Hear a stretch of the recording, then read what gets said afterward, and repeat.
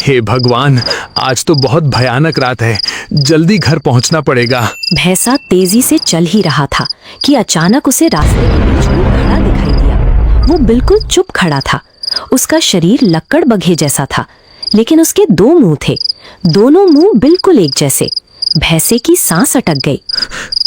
कौन हो तुम? लेकिन वो प्राणी चुप रहा। अरे भाई, कुछ बोलो भी, कौन हो?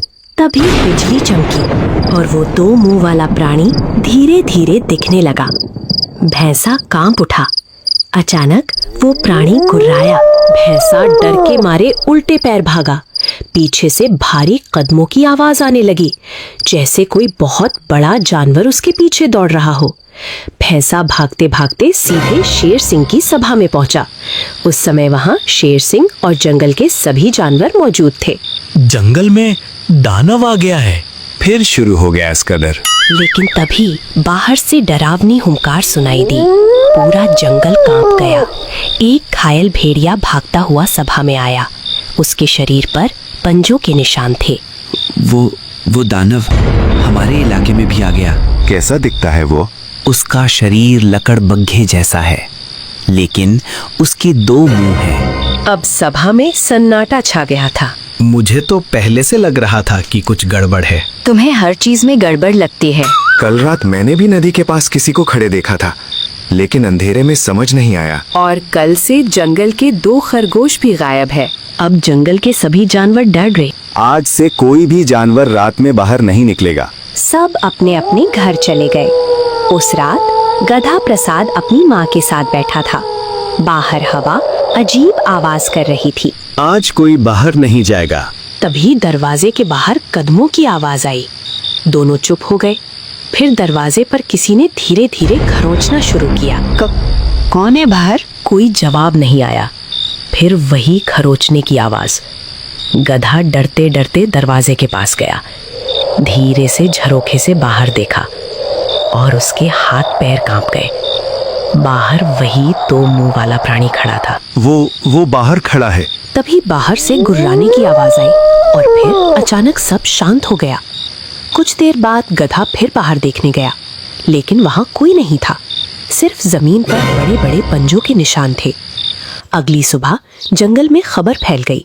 रात में भैंसे का छोटा बच्चा गायब हो गया था। मेरा बच्चा, उसे कौन ले गया? कोई मेरे बच्चे को वापस ला दो। पूरा जंगल उदास हो गया। शेर सिंह समझ गया मामला बहुत खतरनाक हो चुका है। उसने जंगल में निगरानी शुरू कर दी। 3 रात तक कुछ नहीं हुआ, लेकिन चौथी रात ऊंट पानी पीने नदी किनारे जा रहा था। वो जल्दी जल्दी जा ही रहा था कि अचानक उसे लगा कोई पीछे खड़ा है। ऊंट पीछे मुड़ा। वही दानव उसके पीछे खड़ा था, इतना पास कि उसकी सांस ऊंट के चेहरे पर लग रही थी। तुझे क्या चाहिए? दोनों मुंह एक साथ खुले, लेकिन आवाज सिर्फ एक आई, भौंक। ऊंट चीखा और भागा। दानव भी उसके पीछे दौड़ा। ऊंट जान बचाकर भागते भागते एक गुफा में घुस गया। गुफा पहले से खुली हुई थी। अंदर बहुत अंधेरा था। ऊंट जल्दी जल्दी अंदर चला गया, लेकिन तभी उसे अंदर किसी के सांस लेने की आवाज सुनाई दी। ऊंट पीछे मुड़ा और डर के मारे उसकी चीख निकल गई। गुफा के अंदर भी वही दानव खड़ा था। ऊंट समझ गया वो बाहर वाला नहीं था, ये दूसरा था। ऊंट बेहोश हो गया। अगली सुबह ऊंट जंगल वापस आया। उसकी हालत खराब थी। उसने सबको पूरी बात बताई। क्या मतलब? ऐसे 2 दानव हैं? नहीं हो सकता है, वो बहुत तेज भागता हो। मुझे तो ये जंगल ठीक नहीं लग रहा। हमें यहाँ से चले जाना चाहिए। लेकिन शेर सिंह चुप था। वो कुछ सोच रहा था। उसी शाम एक छोटा चूहा भागता हुआ सभा में आया। शेर सिंह, मैंने पुराने खंडहर के पास किसी को देखा है। किसे? वही 2 मुंह वाला दानव। सभा में फिर डर फैल गया। शेर सिंह तुरंत हाथी, भालू और लोमड़ी को लेकर पुराने खंडहर की तरफ गया। वहां चारों तरफ टूटी दीवारें थीं। हवा से अजीब आवाजें निकल रही थीं। अचानक हाथी रुक गया। वो देखो। दूर अंधेरे में कोई खड़ा था। लंबा शरीर, 2 मुंह और बिल्कुल स्थिर। शेर सिंह धीरे धीरे आगे बढ़ा, लेकिन तभी दानव अचानक अंधेरे में कहीं भाग गया। ये इंसान नहीं हो सकता। लोमड़ी जमीन देखने लगी। उसे बड़े बड़े पंजों के निशान मिले, लेकिन तभी उसे छोटे पंजों के निशान भी दिखाई दिए। रुको, ये क्या है? शेर सिंह नीचे झुका।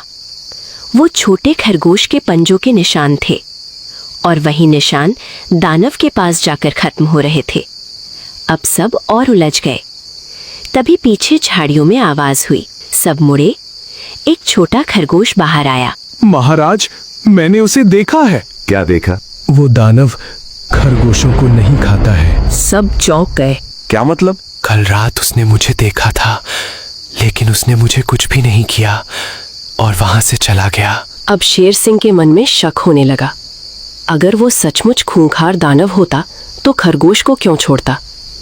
उस रात शेर सिंह ने अकेले जंगल में जाने का फैसला किया। महाराज, आप अकेले मत आइए। लेकिन शेर सिंह नहीं माना। वो जंगल के सबसे पुराने हिस्से में पहुंचा। चारों तरफ अंधेरा था। अचानक उसे सामने कोई खड़ा दिखाई दिया। वही दानव। इस बार वो भागा नहीं। शेर सिंह धीरे धीरे उसके पास गया। दानव चुप खड़ा रहा। तू कौन है? कुछ देर तक चुप्पी रही। फिर अचानक दोनों मुंह एक साथ हिले, लेकिन आवाज सिर्फ एक आई। मैं अकेला हूँ। शेर सिंह हैरान रह गया। सब मुझसे डरते हैं। जब मैं छोटा था सब मुझे राक्षस कहते थे, क्योंकि मेरे 2 मुंह थे। सब ने मुझे जंगल से निकाल दिया। मैं कई साल अकेला रहा, अंधेरी गुफाओं में। जब भी किसी के पास गया सब डर कर भाग गए। अब शेर सिंह समझ गया, ये कोई राक्षस नहीं था। ये एक अजीब पैदा हुआ जानवर था जो सालों से अकेला जंगल में रह रहा था। अब शेर सिंह समझ चुका था, दानव सिर्फ खुद को बचा रहा था। वो बिना वजह किसी को नुकसान नहीं पहुंचा रहा था। मैं किसी को मारना नहीं चाहता, लेकिन सब मुझे मारना चाहते हैं। मैं सिर्फ खाना ढूंढता हूँ और छुप जाता हूँ, लेकिन जब कोई मुझ पर हमला करता है तो मुझे डर लगता है। अगर मैं तुम्हें जंगल में रहने दूं, तो क्या तुम किसी पर हमला नहीं करोगे?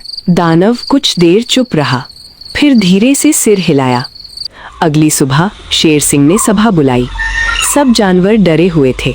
वो दानव नहीं है। पूरा जंगल चौंक गया। वो भी हमारी तरह एक जानवर है, बस अलग पैदा हुआ है। लेकिन उसके 2 मुंह हैं। तो क्या हुआ? क्या अलग होने से कोई दानव बन जाता है? लेकिन वो डरावना दिखता है, और अगर कोई तुम्हें देखकर डर जाए तो क्या तुम दानव बन जाओगे? सब चुप हो गए। मतलब अब वो हमें नहीं खाएगा ना?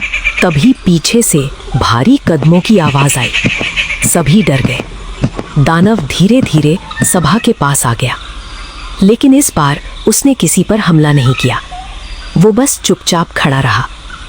तभी एक छोटा खरगोश धीरे धीरे उसके पास गया, लेकिन दानव शांत रहा। तुम सच में हमें नहीं खाओगी?